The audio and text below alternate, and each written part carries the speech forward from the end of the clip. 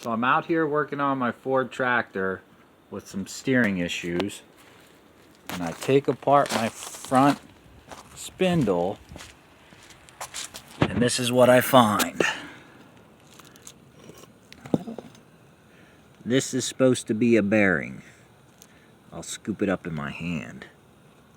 That is supposed to be the bearing, the thrust bearing that rides on the spindle. Look over on the tractor, and down here on the ground are all the bearings, all the ball bearings.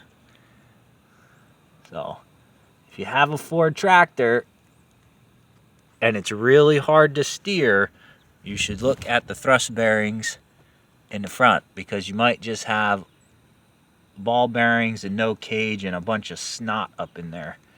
So if your Ford tractor steers really hard, you should pop one of the spindles out and see what the bearings look like. The way you can tell if this happens is, I'll show you on the other side. There's a space right here. Hopefully you can see that. Right here, there shouldn't be this big of a space. That big of a space tells you that the bearing broke apart and that the spindle here is traveled up. So that one's probably bad too. I'll have to take that one apart next. But so far the one is definitely done. So there's my tractor. Right now it's pretty much front end's completely taken apart. I needed to put in a new radiator, but I figured while I waited on the radiator, I'd see if I could figure out why it doesn't steer well. One of the things that makes it really hard to steer also is that it has a full loader on the front.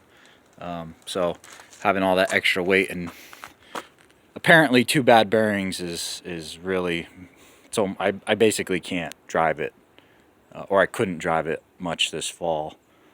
So the weather's getting a little nicer out, so I figured I'd tear into it. So if anybody's interested in more videos on my Ford, just leave a comment, and I'll start taking little videos of each little repair I do as I try to get it ready to start using this spring.